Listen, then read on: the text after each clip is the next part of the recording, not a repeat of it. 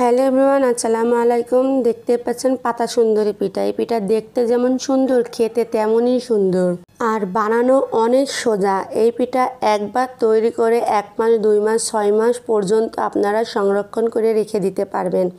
এই পিঠা তৈরির জন্য মেজারমেন্ট কাপের 2 কাপ পোলোয়ার চাল নিয়ে পরিষ্কার করে ধুয়ে সারা রাতের জন্য ভিজিয়ে রাখবো।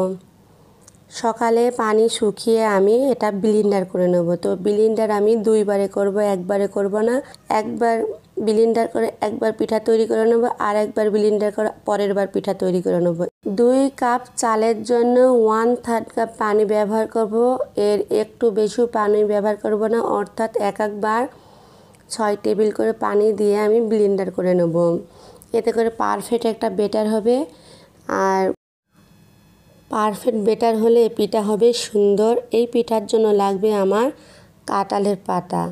কাঁঠালের পাতা পরিষ্কার করে ধুয়ে নিয়েছি। আমি পিঠার জন্য কিন্তু কাঁঠালের পাতায় কোনো তেল বিরাস করব না।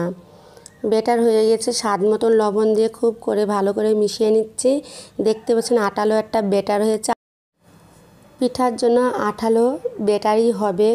এইভাবে করে চারি সাইডে কাঁঠালের পাতায় আমি ব্যাটার লাগিয়ে দিচ্ছি। দেখতে পাচ্ছেন আমার এই ব্যাটার কিন্তু পড়ে যাচ্ছে না, অর্থাৎ পারফেক্ট একটা ব্যাটার হয়েছে। প্রত্যেক মেজারমেন্ট কাপের চালের জন্য আমি 6 টেবিল চামচ পানি ব্যবহার করেছি। এর একটু পানিও ব্যবহার করা যাবে না, এতে করে ব্যাটার পাতলা হয়ে যাবে, পিঠা হবে না।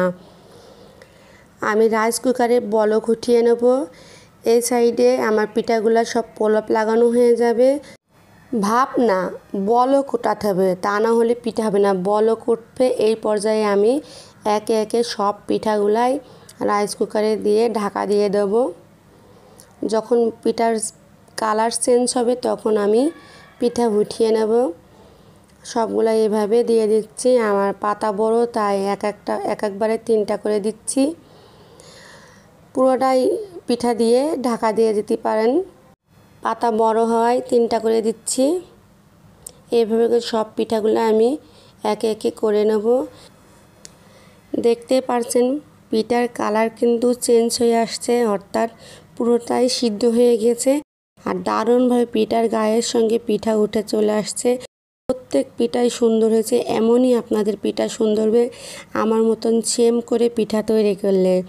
দেখতে পাচ্ছেন কত দারুণ হয়েছে, অসম্ভব সুন্দর হয়েছে। দেখতে পাচ্ছেন সব পিঠাগুলো খুবই দারুণ হয়েছে, খুবই সুন্দর হয়েছে। আপনারা বাসায় এইভাবে পিঠা তৈরি করবেন, খুবই দারুণ হবে, সুন্দর হবে। পরের চালগুলো একইভাবে ব্লেন্ডার করে নিয়েছি।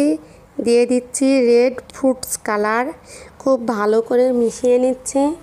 নিয়ে সাদা পিঠা যেভাবে তৈরি করেছি একইভাবে লাল পিঠাগুলোও একে একে তৈরি করে নিচ্ছি। এইভাবে কাঁঠালের পাতার সাহায্যে পিঠাগুলো তৈরি করে নিলে দেখতে সুন্দর লাগে, খেতেও দারুণ।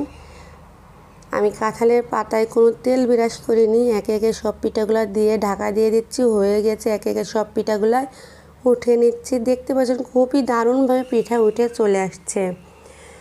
এই পিঠা তৈরি করে আপনারা মেহমানদারি করতে পারেন, যখন তখন সকাল বিকাল নাস্তা হিসাবে ব্যবহার করতে পারেন। একবার তৈরি করে 6 মাস পর্যন্ত কৌটায় সংরক্ষণ করে রেখে দিতে পারেন। পিঠাগুলো আমি রোদ্রে শুকিয়ে নেব। রোদ্রে শুকানো হয়ে গেছে, দেখতে পাচ্ছেন খুবই দারুণ হয়েছে। একটা ভেজে আপনাদেরকে দেখিয়ে দিচ্ছি। এইভাবে তেল গরম করে ভেজে নিতে হবে।